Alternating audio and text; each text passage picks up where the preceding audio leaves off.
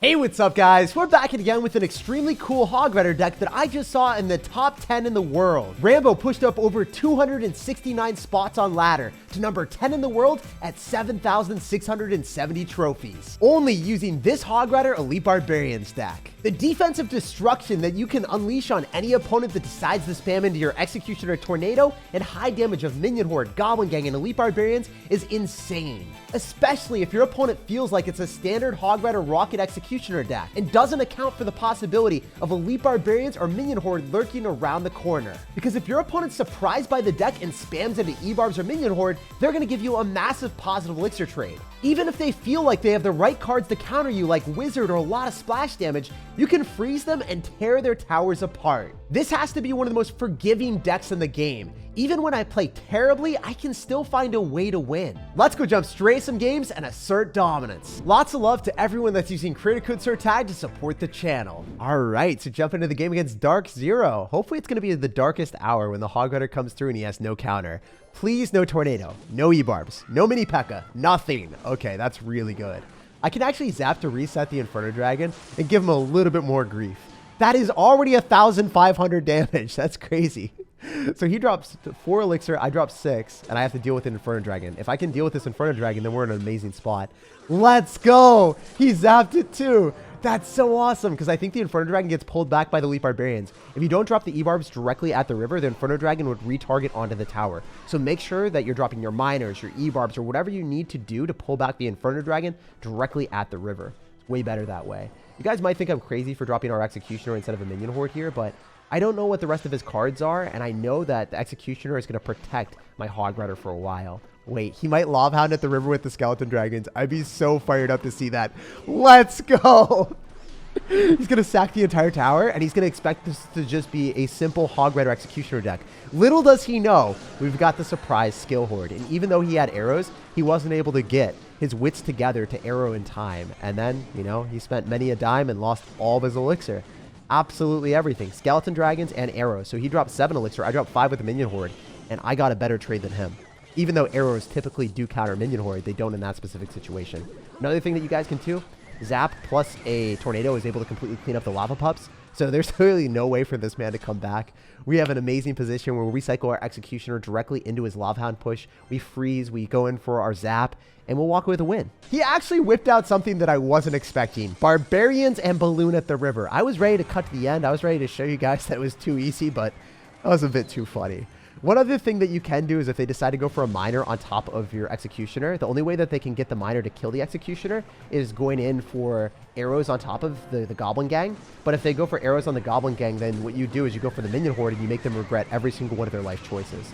So yeah, this game is still over. It was just a little bit funny. I actually let him take a tower so I could 3-crown him. I'm just addicted to taking as many crowns as possible because I want that juicy pass route bonus. And after that win against Lava Hound, we're sitting at 7,000 in the world. All right, let's see if we can keep it up. Giant no skill. Well, there's missing an L there, man.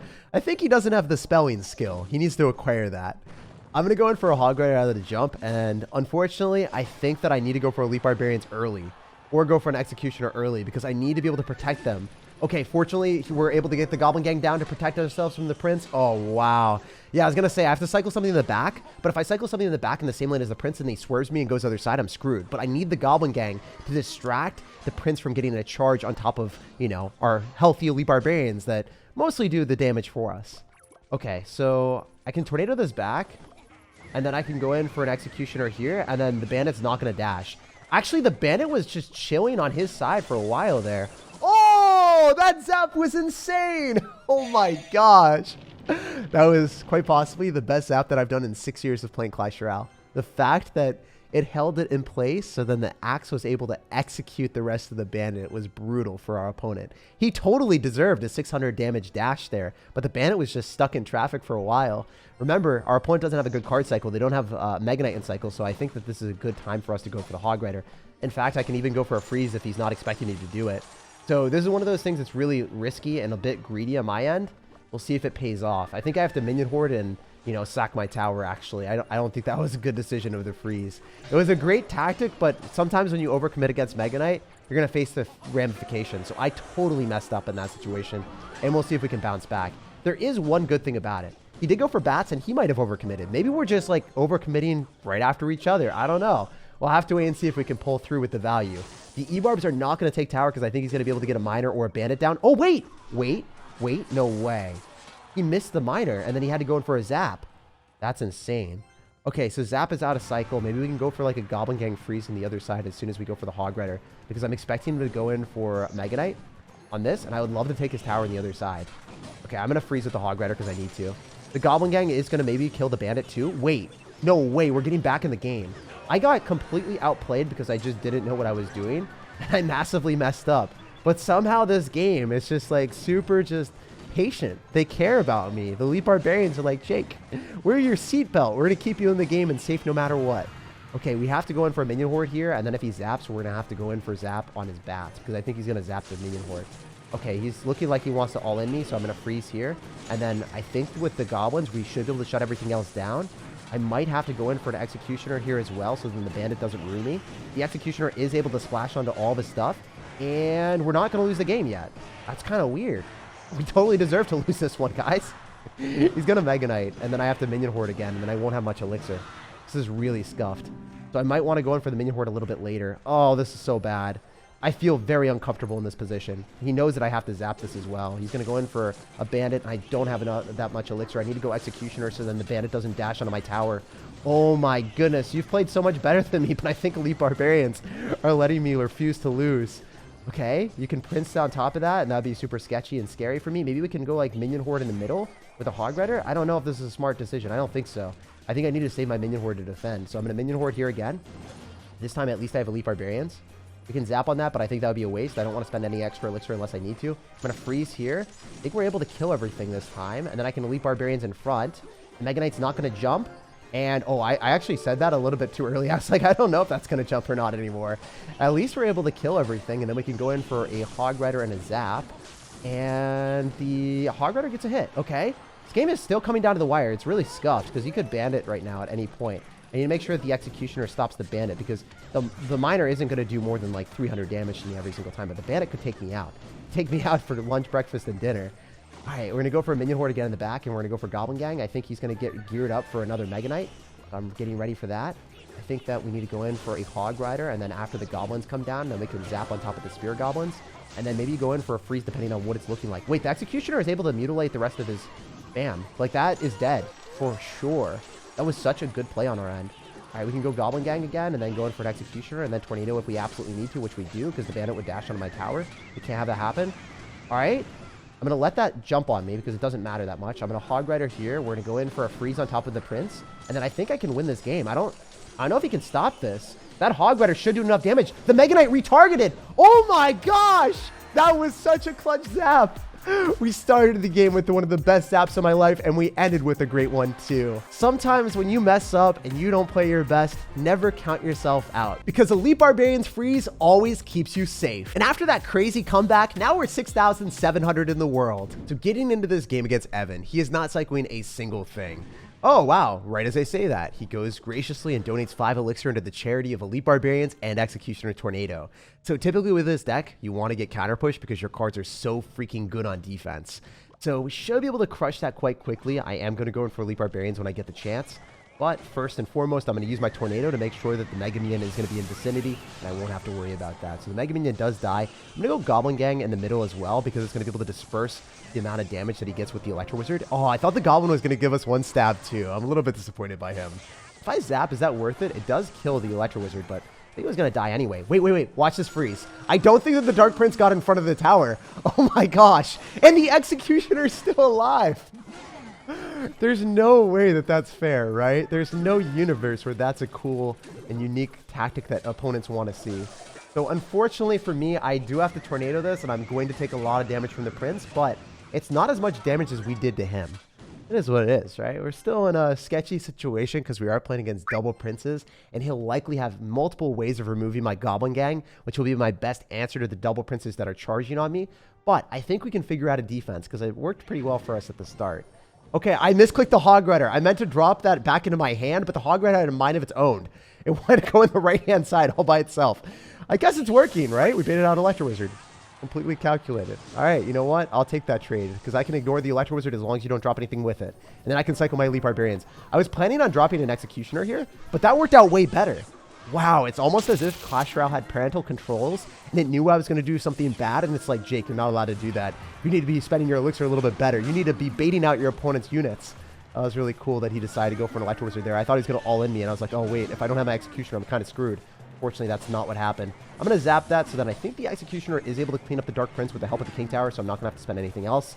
And remember, the guy has Electro Wizard, so he's going to have to drop that again. Yeah, so he's just continuously dropping Electro Wizards, which doesn't do much for him. Like, the E-Wiz by itself, it's going to die to my tower, but if you drop something with it, then that's where it gets a little bit more scary. And that's exactly what he's doing. He's wisened up. He's evolved. He's become slightly more intelligent. I'm going to go in for a Goblin Gang here because we need to be able to pull the Dark Prince, hopefully. Even if you zap one of the Goblins, he's going to pull it. You can go Minion Horde right now because you don't have your Electro Wizard on our side of the map. It's not feasible for you to defend this unless you Fireball. And if you Fireball, it's like not a great trade. So we're going to freeze on everything, and then I can go for E-Barbs to finish off the rest of the Prince, and then I can Hog Rider afterward. Is that the saddest miner you've ever seen? Look at that thing. It has nothing to tank for it. Oh my gosh. Yeah, we're going to win this game. The E-Barbs are going to do too much damage. Heck, I can Tornado his Dark Prince and his units away from the Hog Rider. Dude, you can't even touch me right now. And all you can do is laugh. That was a very easy and fun game, putting us at 5,000 in the world. Let's keep dominating with this deck. You guys already know the deal. I want to go for a Hog Rider to open up the game, but a lot of times if the opponent spams first, that'll be a bit better for me. He's not going to do it, so we'll test the waters and we'll see what's happening. Please, no Tornado today. Oh, guys, he's got Magic Archer and he's got Goldeneye. We know what's in store for us. We know it's a 100% chance of a tornado coming to our town real soon. Okay, we can activate King Tower here with the Golden Knight. I don't really want to right now because I would be leaking so much elixir. So I'm just going to Executioner here instead. That's an interesting lightning. I don't necessarily agree with that for our opponent. And he thought the Magic Archer was going to be in range too, so that worked out really poorly for him. Two-tapped by the E-Barbs. I think E-Barbs just munch on units in a despicable manner. They eat things so savagely. And then they ravage the tower too. So currently, after defending, we then have a win condition on our opponent's tower, and it's better than dropping a Hog Rider. Literally, like, the E-Barbs killed a Golden Knight, it finished off his Magic Archer, and it did 1,500 damage. Wait, he used arrows! Why does he have arrows in this stack? Oh my gosh, that would have been so bad for me because I have Minion Horde, but guess what? It doesn't matter now. Yo, what you gonna do when the Minion Horde comes for you? Oh my gosh. I bet you wish you saved those arrows. Oh, yo, I just got trolled. I just got trolled. I got trolled so freaking hard. I cannot believe this guy has Rail Delivery and arrows in the same deck. But then again, this is ladder. This is exactly what ladder would do to me. Let me know down below in the comment section if you guys have ever been like, wow, I win the game because he totally doesn't have another counter that he shouldn't have in his deck. And then he whips out that exact counter that he's not supposed to have. Okay, so we want to Tornado this as soon as it gets a hit on our tower, and we should be able to activate King Tower here. The Executioner might lock on. Oh, he's going to Magic Archer. This is quite possibly the weirdest deck I've ever played against. Arrows, Magic Archer, Golden Knight with Royal Delivery. Why do you have all those cards in your deck? Like, what demon controlled you and possessed you and made you put those cards in your deck, bro? You must really hate Minion Horde and hate bait cards in general. Okay, since he has arrows, I can't get any value with this Minion Horde, so I have to rely either on the Hog Rider or the Elite Barbarians, and I think E-Barbs are going to be the wave. And the Spear Goblins don't get any damage. I don't think I timed that perfectly. We'll have to wait and see if the tower starts to target the... I was hoping that the tower is going to target the cannon card, but it didn't work out. I'm going to Hog Rider right now, and then I can go for an Executioner on all the Spear Goblins. Maybe this guy's going to get risky with me right now. If I freeze, we can kill most of the Spear Goblins. Unfortunately, one of them is still targeting the Hog Rider, interestingly enough. Okay, wait. This is really good because we can zap it and everything dies. I'm going to go in for a Goblin Gang. He's going to pre-arrow. That's not the worst thing in the world because we can Minion Horde afterward. It's going to be able to finish it off, and I don't think the Magic Archer is able to pierce onto my tower. I wonder how much damage he's going to get, though. Should I Hog Rider here and then finish off the Magic Archer with just my tower? I think that's our best play. So notice how the tower is targeting the Magic Archer instead. Definitely wanted that to happen.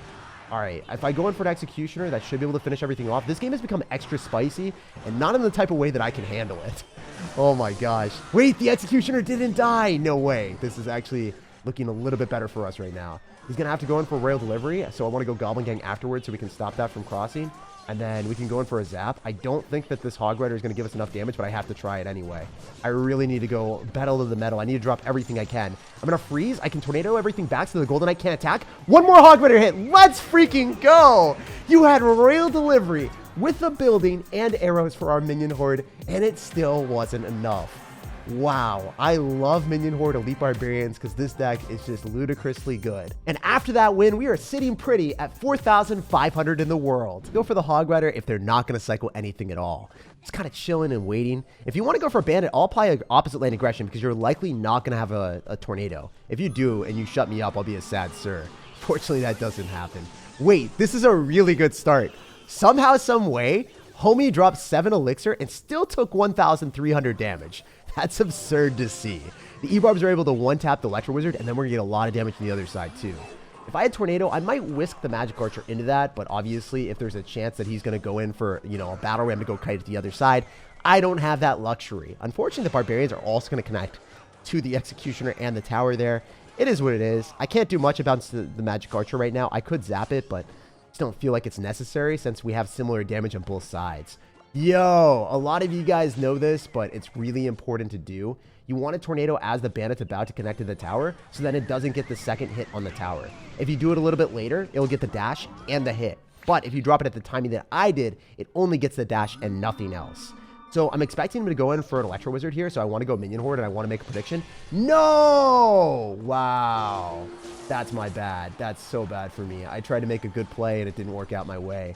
I got to go Goblin Gang after the Ghost locks on so we can still distract the Pekka, and then he can't Magic Archer in the middle. Just a really unfortunate situation. I would have won the game if he had E-Wizzed up top to counter the Hog Rider, because you would want to E-Wiz early on as high up as possible so it still splashes onto the Hog Rider, and then it is able to stun for a longer duration. If you drop it later closer to your tower, then obviously you're not going to be able to get the maximum stun. So that's what I was making the prediction on. He didn't drop it. He dropped the Pekka instead, and he did finesse us a little bit there. It's fine, though. I think Pekka is going to be out of cycle, so maybe we can get a lot of value.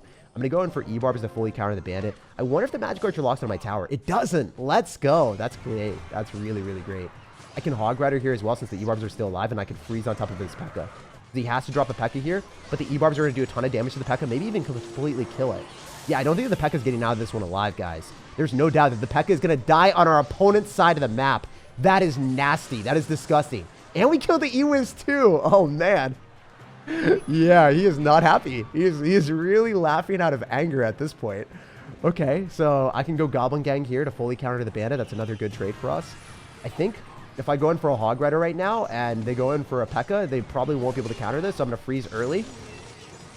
Should be able to give us at least 2 hits. Oh my gosh. Wait, the Executioner could have locked onto the tower too if I was feeling really risky and frisky. I wasn't, but in case I was. I'm going to zap here, and I'm going to E-Barbs, and then I'm going to go Goblin Gang afterward. I just wanted to make sure I had enough elixir to stop everything. He's not going to be able to break through. Even if he gets the Bandit down, it's not going to be able to do enough because I can go in for a Tornado, and then the Pekka only gets 1 hit on my tower, not 2, and then I can Hog Rider freeze. Oh, it didn't even get 2 hits. It didn't even get 1 hit. Oh, man. Wait, the E-Barb on the other side? He had to fireball the E-Barb on the other side and just let the Hog Rider take the tower. I thought the Pekka was going to get 1 hit on my tower on the left-hand side, but the King Tower saved my butt. And this guy, unfortunately, did not have the same Guardian Angel. He got sent straight to heaven on both sides by our Elite Barbarian and the Hog Rider. Like, subscribe for more daily videos, and have an incredible rest of your day.